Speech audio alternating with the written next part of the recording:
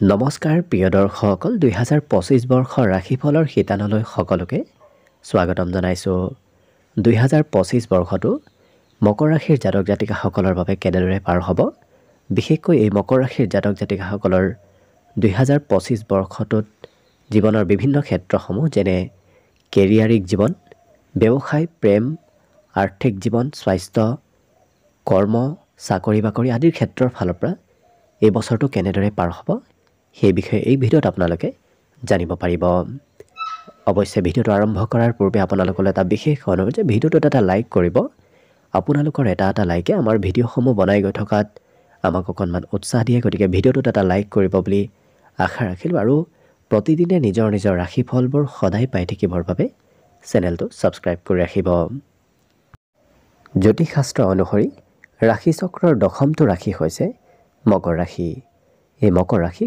পৃথিৱী তত্ত্বৰ ৰাশি আৰু এই ৰাশিৰ অধিপতি গ্ৰহ হৈছে শনিদেৱ 2025 বৰ্ষটোৱে মকৰ ৰাশিৰ জাতক জাতিকাসকলৰ কেৰিয়াৰ আৰু প্ৰেমৰ ক্ষেত্ৰৰ ফালৰ পৰা কিছু মধ্যম ফলাফল প্ৰদান কৰিব অৱশ্যে মে' মাহৰ পূৰ্বলৈকে অৰ্থাৎ মে' মাহলৈকে গুৰু বৃহস্পতি আপোনাৰ ৰাশিৰ পৰা যিহেতু পঞ্চম স্থানত থাকিব গতিকে সেইখিনি সময় আপোনাৰ বাবে বিভিন্ন প্ৰকাৰৰ সুখবৰ অহা দেখা যাব লগতে শনিদেৱ আপোনাৰ ৰাশিৰ পৰা প্ৰথমতে দ্বিতীয় স্থানত থাকিব তাৰপাছত তৃতীয়লৈ গমন কৰিব অৱশ্যে দ্বিতীয়লৈ থকাৰ সময়খিনি কিছু আৰ্থিক ক্ষেত্ৰৰ ফালৰ পৰা মধ্যম কিন্তু যেতিয়া মাৰ্চ মাহৰ পিছত শনি গ্ৰহই ৰাশি পৰিৱৰ্তন কৰি আপোনাৰ তৃতীয় স্থানত গমন কৰিব সেইখিনি সময়ৰ পৰা আপোনাৰ বছৰটোত বিভিন্ন প্ৰকাৰৰ সুখবৰ লৈ আহিব গতিকে আহক এতিয়া আমি আপোনালোকৰ 2025 বৰ্ষটো কেৰিয়াৰৰ ক্ষেত্ৰৰ ফালৰ পৰা কেনেদৰে পাৰ হ'ব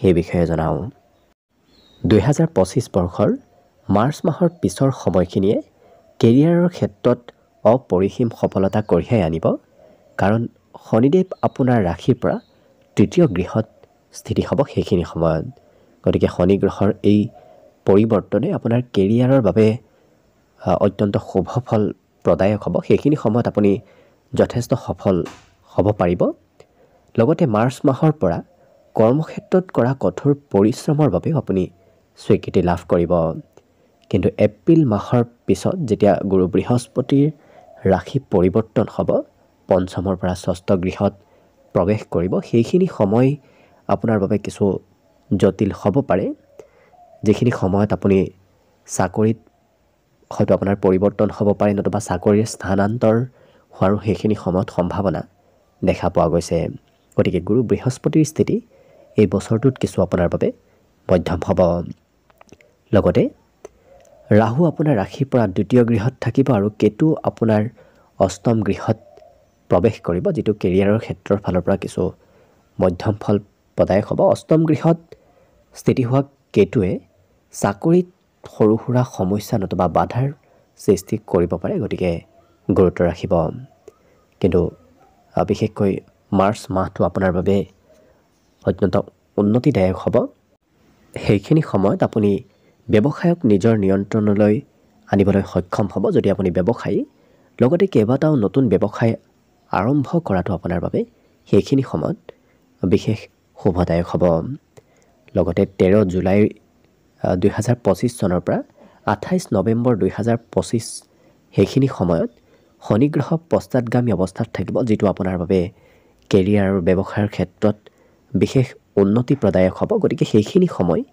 আপোনাৰ বাবে বিশেষ লাভদায়ক হ'ব এইবাৰ আহিছোঁ আৰ্থিক ক্ষেত্ৰৰ ফালৰ পৰা 2025 বৰ্ষটো আপোনাৰ কেনেদৰে পাৰ হ'ব 2025 বৰ্ষত আৰ্থিক ক্ষেত্ৰৰ ফালৰ পৰা এই মকৰ ৰাশিৰ জাতক জাতিকাসকলৰ মাৰ্চ মাহৰ পিছৰ পৰা শনিদেৱৰ স্থিতি আপোনাৰ আৰ্থিক স্থিতি কিছু সবল কৰিব কিন্তু ফেব্ৰুৱাৰী মাহ পৰ্যন্ত সেইখিনি সময় ধনৰ ক্ষেত্ৰৰ ফালৰ পৰা কিছু সাৱধানতা অৱলম্বন কৰাৰ প্ৰয়োজন আছে নহ'লে হয়তো সৰু সুৰা লোকচান হ'ব পাৰে লগতে ৰাহু আৰু কেতু এই দুয়োটা গ্ৰহ যিহেতু আপোনাৰ ৰাশিৰ পৰা দ্বিতীয় আৰু অষ্টমত থাকিব সেইখিনি সময়ত উপাৰ্জনৰ পথত আপোনাৰ সৰু সুৰা সমস্যা আহিব পাৰে কিন্তু যেতিয়ালৈকে গুৰু বৃহস্পতি আপোনাৰ ৰাশিৰ পৰা পঞ্চমত স্থিতি হৈ থাকিব বিশেষকৈ এপ্ৰিল মাহলৈকে তেতিয়ালৈকে আপোনাৰ আৰ্থিক স্থিতি কিছু ঠিকে থাকিব, শক্তিশালী হৈ থাকিব। গতিকে সেইখিনি সময়লৈকে আপুনি কোনো ধৰণৰ চিন্তা কৰাৰ প্ৰয়োজন নাই।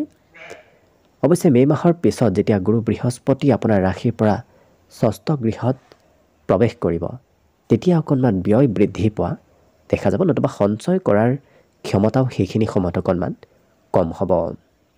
অৱশ্যে 2025 বৰ্ষ অনুসৰি আপোনাৰ দ্বিতীয় স্থানটো বৰ বিশেষ শুভকাৰক নহয়, কাৰণ ৰাহুৰ অৱস্থানে আপোনাৰ কিছু লোকচান হোৱাৰ সম্ভাৱনা এই বছৰত আৰ্থিকভাৱে দেখা পোৱা গৈছে। গতিকে গুৰুত্ব ৰাখিব। মে' মাহৰ পিছৰ সময়খিনিত আপুনি অৱশ্যে সম্পত্তি ক্ৰয় কৰাৰ দিশত আগবাঢ়িব পাৰিব। গতিকে মে' মাহৰ পিছৰ সময়খিনি আপুনি সম্পত্তি নিশ্চয় ক্ৰয় কৰিব পাৰিব। গতিকে আপোনাৰ হাতত থকা ধনো যদি আপুনি সম্পত্তি ক্ৰয় কৰাত খৰচ কৰে, তেতিয়াহ'লে আপোনাৰ বৰ বিশেষ ধনৰ লোকচান নহয়, কিন্তু হাতত ৰাখিলে আপোনাৰ ধন খৰচ হোৱাৰ সম্ভাৱনা এই বছৰত যথেষ্ট আছে। গতিকে গুৰুত্ব ৰাখিব। এইবাৰ আহিছোঁ শৈক্ষিক জীৱনৰ ফালৰ পৰা 2025 বৰ্ষটো আপোনাৰ কেনেদৰে পাৰ হ'ব। 2025 বৰ্ষৰ আৰম্ভণিৰ 4 মাহ অৰ্থাৎ এপ্ৰিল মাহ পৰ্যন্ত সেইখিনি সময় মকৰ ৰাশিৰ শিক্ষাৰ্থীসকলৰ বাবে খুব সুন্দৰ, কাৰণ শিক্ষাৰ কাৰক গ্ৰহ গুৰু বৃহস্পতি আপোনাৰ পঞ্চম গৃহত স্থিতি হৈ থাকিব। অৱশ্যে মে' মাহত গুৰু বৃহস্পতিৰ যেতিয়া পৰিৱৰ্তন হ'ব, আপোনাৰ ষষ্ঠ গৃহত যেতিয়া প্ৰৱেশ কৰিব, তেতিয়া পঢ়া শুনাৰ ক্ষেত্ৰত একাগ্ৰতা অকণমান কমিব, পঢ়িবলৈ ইচ্ছা অকণমান কম হোৱা দেখা যাব। গতিকে সেইখিনি সময়ত অকণমান গুৰুত্ব ৰখাটো প্ৰয়োজন আছে। কিন্তু মাৰ্চ মাহৰ পৰা আপোনাৰ তৃতীয় গৃহত শনিদেৱৰ স্থিতি হ'ব। সেইখিনি সময়ত অৱশ্যে শনিদেৱৰ স্থিতিয়ে বিকাশৰ পথলৈ কিছু আগবঢ়াই নিব। লগতে যিসকল জাতক জাতিকাই উচ্চ শিক্ষা গ্ৰহণ কৰিবৰ বাবে ইচ্ছা কৰি আছে, তেওঁলোকৰ বাবে মে'ৰ সময়খিনি অধিক অনুকূল হ'ব। মে' মাহলৈকে তেওঁলোকৰ বাবে খুব শুভ দেখা পোৱা গৈছে।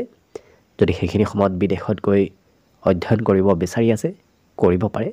সেইখিনি সময় অত্যন্ত শুভদায়ক হৈ পৰিব।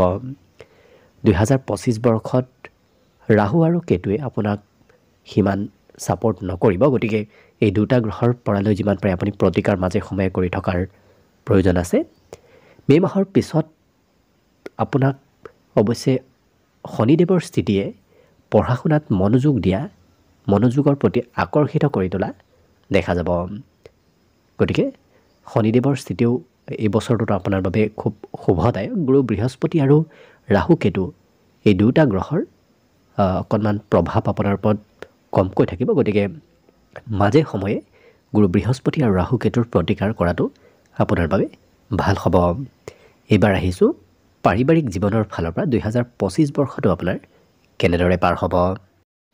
2025 বৰ্ষত পাৰিবাৰিক ক্ষেত্ৰৰ ফালৰ পৰা মাৰ্চ মাহৰ পিছৰ সময়খিনি শনিদেৱৰ শুভ কৃপাই আপোনাৰ ঘৰত বিশেষ পৰিৱৰ্তন আনিব। কিন্তু মে' মাহৰ পিছৰ সময়খিনি আপোনাৰ গুৰু বৃহস্পতিৰ দৃষ্টি সিমান শুভ নাথাকিব। মে' মাহৰ আগলৈকে গুৰু বৃহস্পতি আপোনাৰ ৰাশিৰ পঞ্চমত থাকিব, যিটো আপোনাৰ বাবে শুভদায়ক। কিন্তু ষষ্ঠত গমন কৰিলে আপোনাৰ পাৰিবাৰিক ক্ষেত্ৰত পাৰস্পৰিক বুজাবুজি অকণমান কমিব পাৰে। এজনে সিজনৰ কথা নামানিব পাৰে। জ্যেষ্ঠ ব্যক্তিৰ কথা সৰু ব্যক্তিয়ে নমনা সেইখিনি সময়ত দেখা যাব। গতিকে বৃহস্পতিৰ কিছু প্ৰতিকাৰ কৰাটো প্ৰয়োজন হ'ব।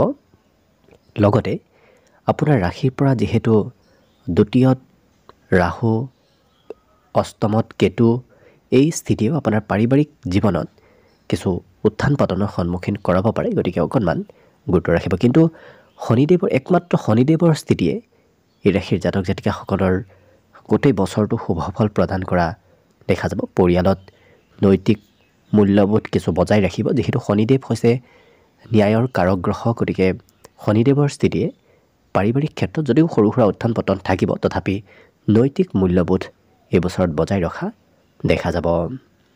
এইবাৰ আহিছোঁ প্ৰেম আৰু বৈবাহিক জীৱনৰ ফালৰ পৰা 2025 বৰ্ষটো আপোনাৰ কেনেদৰে পাৰ হ'ব।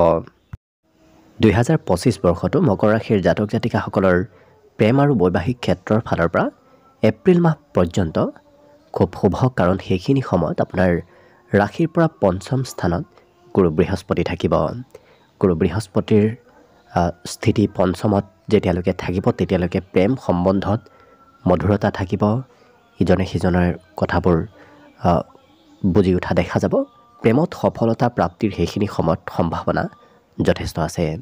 কিন্তু মাৰ্চ মাহৰ পিছত শনিদেৱৰ ৰাশি পৰিৱৰ্তনে আপোনাৰ প্ৰেম আৰু বৈবাহিক জীৱনত অকণমান হয়তো সৰু সুৰা সমস্যা আনিব পাৰে। বিশেষকৈ ৰাহু কেতুৱে আপোনাৰ কিছু সমস্যা বৃদ্ধি কৰিব।